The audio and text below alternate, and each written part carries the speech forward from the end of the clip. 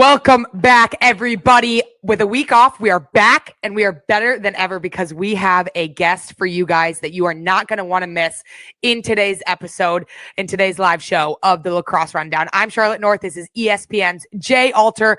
Fall ball is in full swing, and we thought, who better to bring on the show than the head coach and assistant coach of a brand new program we've talked about on the show before.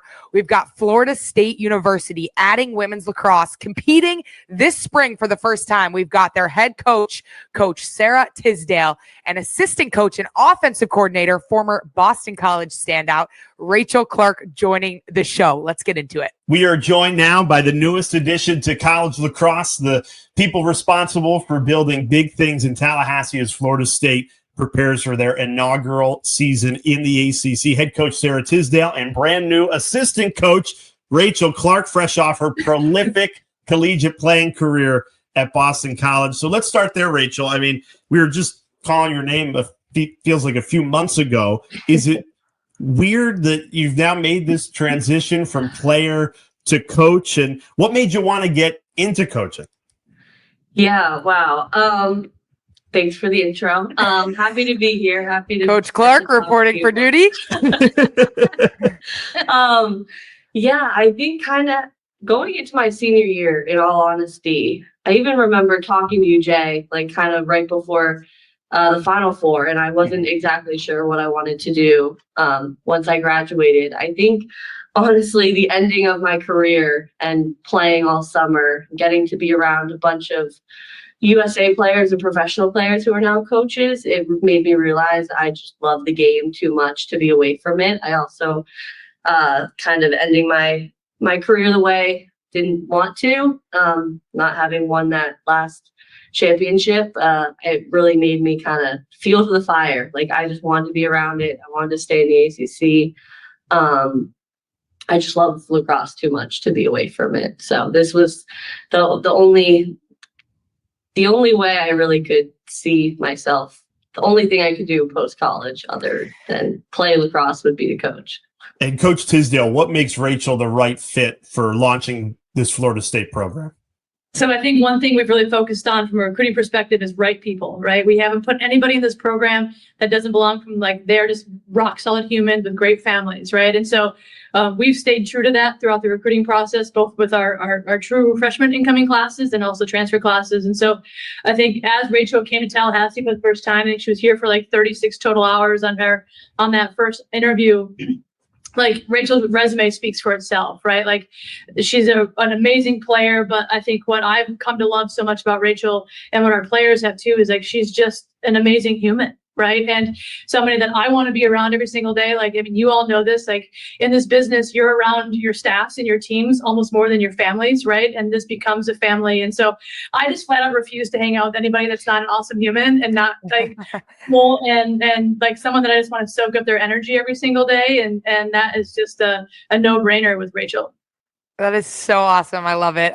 Rachel, so proud of you. I know you're crushing it. I can't wait to watch you on the sidelines, but also watch you continue to crush your playing career while you juggle all these different things. But fall ball is in full swing. You guys are fresh off of a play day. You've got more on the schedule coming up. What have you guys learned so far about your team in this time where it's you and all the people in the locker room? You know, you're really focused on yourselves. What have you guys learned? I think one thing we're really focused on as we kind of wrap up our 20 hours is just the mentality that it's going to take to be successful in the ACC, right? It's not about just, beating your teammate 1v1 every single day or whatever. It's like, you're going to be measured against some of the best players and the best programs in the country that have 20, 30, 40 more years of experience than we do. And like, that just takes a certain kind of mentality. And I mean, the two of you know that all too well, right? Like, teams beat teams all the time when they shouldn't. And that's just about teams digging in and working harder and having that we've kind of called it a dog mentality, right? Of like, you're just going to get after it and you're going to scrap and you're going to fight hard. And so we're really having individual conversations and then also I think team conversations of like, can we get there? Can we be that team that has that? And I think we do. I think we have the pieces and, really focusing as we finish out those 20 hours of how do we instill that as a consistent value in our program. Totally. I think the culture, that's been the biggest thing, is us establishing a super strong culture in the fall. So we know it's just going to get harder going into the spring and kind of building on that. I think for me personally, like each day we want to get better as an offensive unit in the midfield and as a defensive unit. It's all about getting better every single day. And we know that we're a couple steps behind some other programs that have been playing together a lot longer. So it's all about inches and establishing that culture to get every percent better we can every day. I mean, Rachel, you know how competitive the ACC is. You just had to play in it throughout your collegiate career at Virginia and Boston College. And you come from one of the best cultures that I've witnessed in all of sports, not just lacrosse. Tell me you are channeling somewhere. I know you're coaching offense, not defense, but somewhere in you is an inner Jen Kent in practice that you get to unleash now on the players. Yeah, I mean, I was just in it. And I think it's so important I had such a great relationship with my coaches. It's so important to me that my girls feel comfortable and want to have a relationship with me as their now coach. Like, I think if you want to be hard on them and hold them accountable, there's got to be that respect piece, and they have to respect you and to be able to listen to you and take what your hard feedback with knowing it's coming from love. So I think for me right now, I'm trying to just build super strong relationships, doing a ton of one-on-one work in the office, on the field, trying to build some really strong foundation right now. It's all about building that foundation, but well, I don't know if I have any energy. It's in there. It's coming. I love that. I can see it. I think Rachel saw me get a little fired up yesterday on one of our fall ball games, and I had to remind myself it was just fall ball and to cool a little bit. So I think maybe that's green lighted the Jen Kent and her to come out a little bit. Oh, yeah. But I think, passion is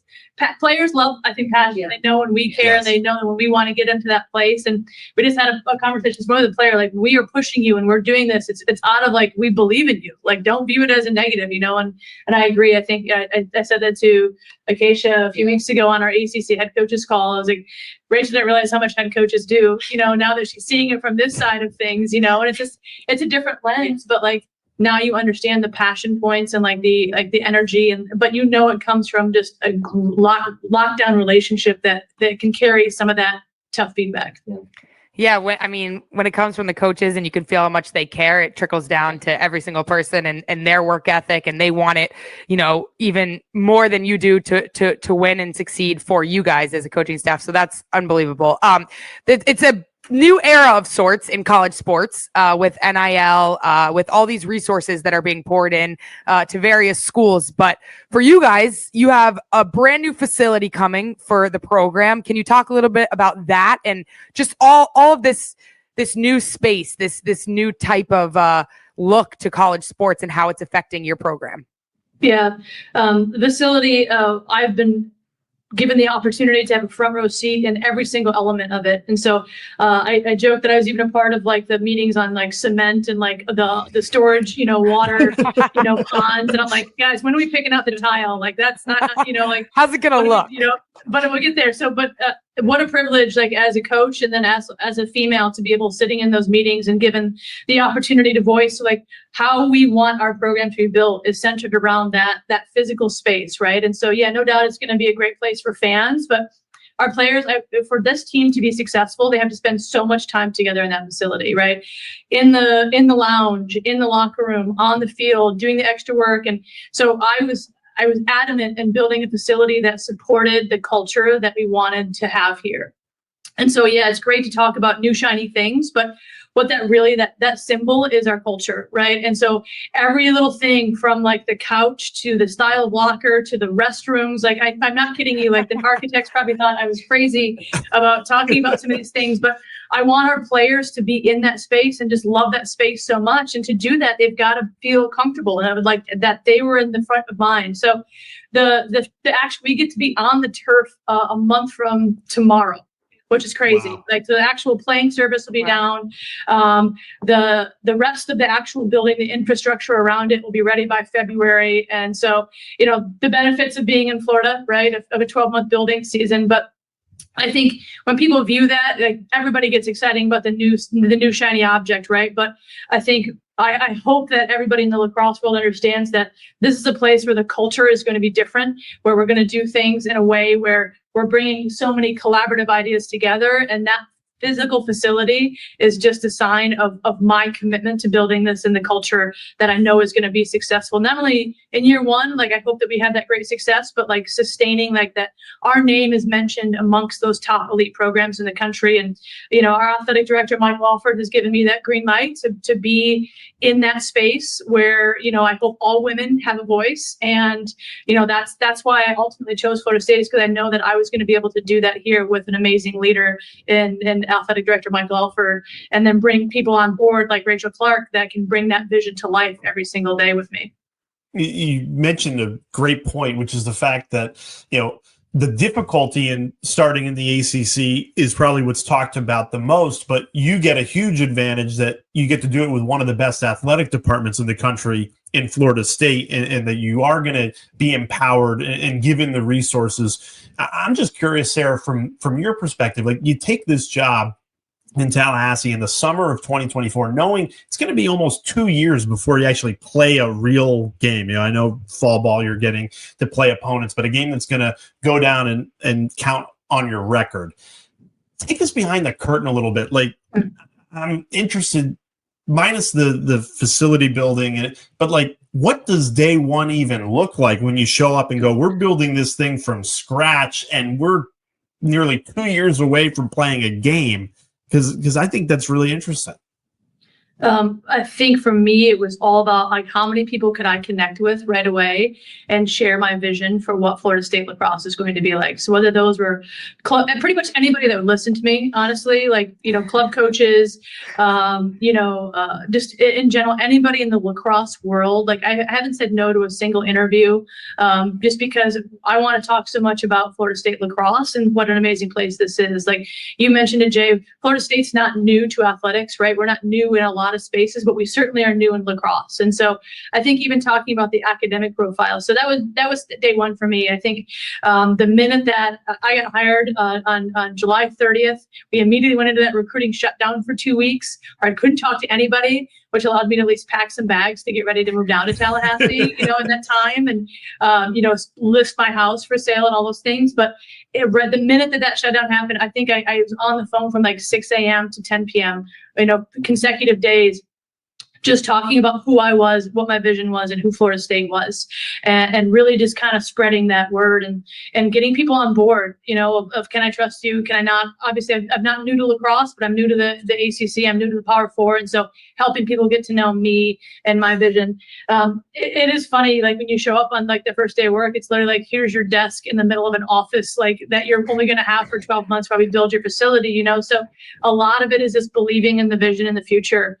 But I think one thing, the reason I brought, Mac Pulaski on with me is neither of us are afraid of working harder than maybe even as humanly possible, and putting in hours and hours of calls and just work and just, I call it chalk talks or, whatever it is, like just really just kind of sitting down and vision planning, and then waiting for the right people. I mean, we talked to a lot of people when we were trying to fill this spot of Rachel's, and we were patient and committed to the process. And Rachel's a testament to us, our values of doing it the right way, and so, those first few weeks, those first few months were a little bit of a blur. Luckily, my family kind of stayed behind in Michigan for a few months while I did this. And so we preach work-life balance here. I definitely didn't have it in those first few weeks and months, but it all will pay off, I think, when we take the field for the first time in February.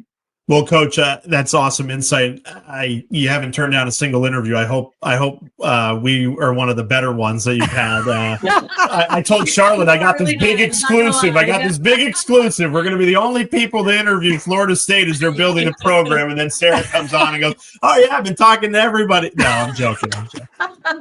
Sorry to ruin that. There's your bubble just popped there. No, we get both of them. This is nobody's gotten both of them in one room together. So this is epic.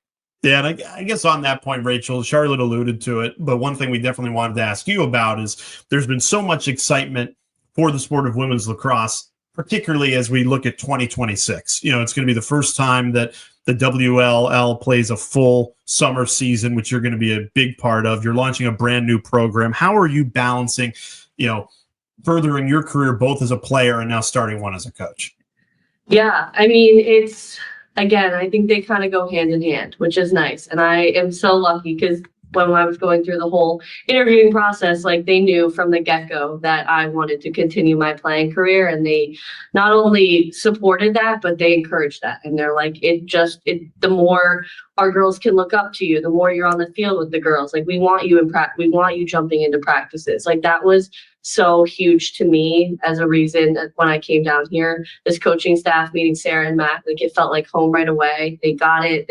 They saw me as a human. They wanted me to be happy, but also encouraged me to continue my career. And like, Florida State obviously comes first, but they're going to make sure I can do and accomplish everything I want in terms of professional career as well. So I don't know. It's been hard because this is a demanding job. But it's also really fun. Like, again, my training, like, I am preparing for upcoming US stuff, and this PLL season is beyond exciting, and I want to be a part of every opportunity I can.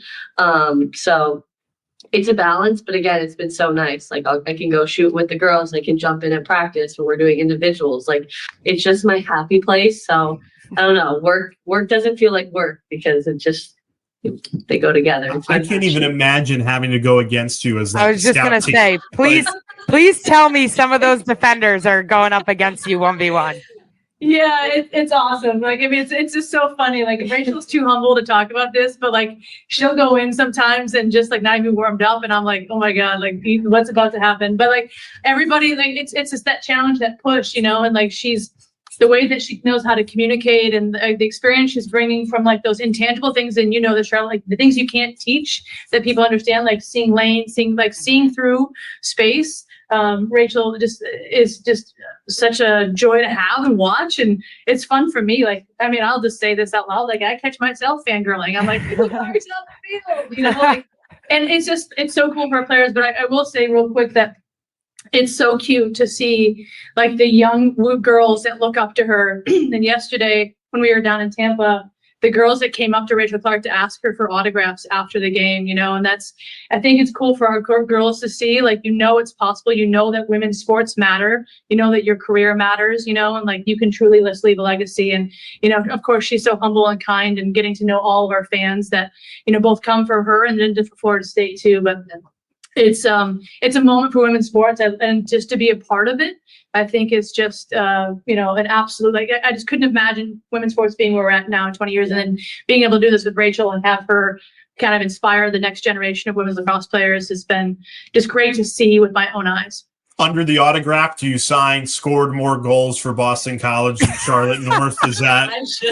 I should start writing that. I think I would get more recognition putting the Charlotte North. Please stop that, Rachel. You are one of the greatest ever. I honestly, like, those defenders are lucky to get to have you going up against them every day. But the offense, I mean, like, that's a dream to get to learn firsthand from you, do individuals with you, see what you see in film, feel how much you care, feel how much you love the game. Like, that's contagious, and that's what makes everyone want to work hard and be better and be like you out there on the field. Even the young girls that will be at your brand new stadium in February cheering you guys on. Like, that is really cool, especially, obviously in the South where lacrosse is growing and all those great things. It's really unreal. So, Jay, Charlotte, I'm putting you on the spot. Okay. How much tampering has there been to try and get Rachel on the Boston Guard? No tampering has occurred, but I would absolutely love to be teammates with her. We're lucky we get to play together in the US system, and we've had some awesome experiences this summer together. And I can't wait for more, and I can't wait to see what you do in the WLL, but I can't wait to watch your team and see how much you're inspiring these girls. So we thank you both, seriously, for taking time out of your busy schedule. This is the thick of fall ball. We know you have a lot going on. You're probably cutting game film from this past weekend, and you're getting ready for some more scrimmages. So I know Rachel was just doing some film as well. Obviously, she's always working hard. Love to see that. But thank you, guys. We really appreciate you being here. Yeah, thanks for all you do for women's lacrosse too. It's just, it's a treat for us to be able to chat and talk further about Florida State. definitely more where that came from. You guys got to come back on after your first win or something big. You got to come back on.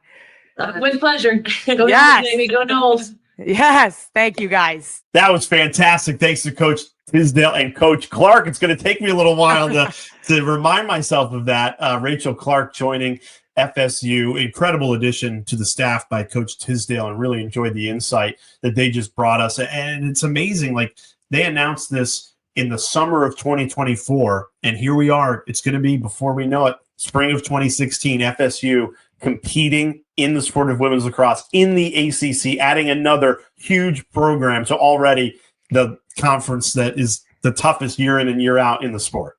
I mean, I'm so excited to watch them. I'm so excited to cover them with you guys in the ACC.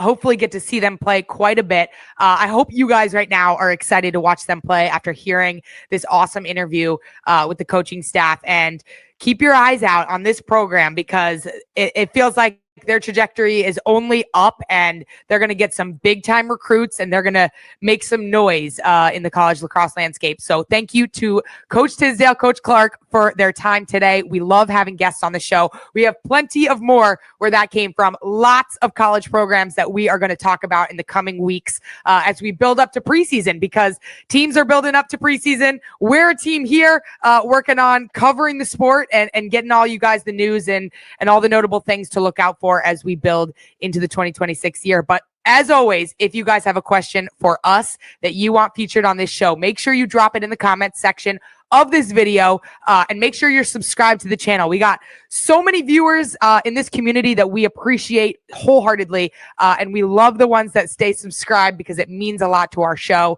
But we appreciate you guys each and every week. We cannot wait for next episode with you guys.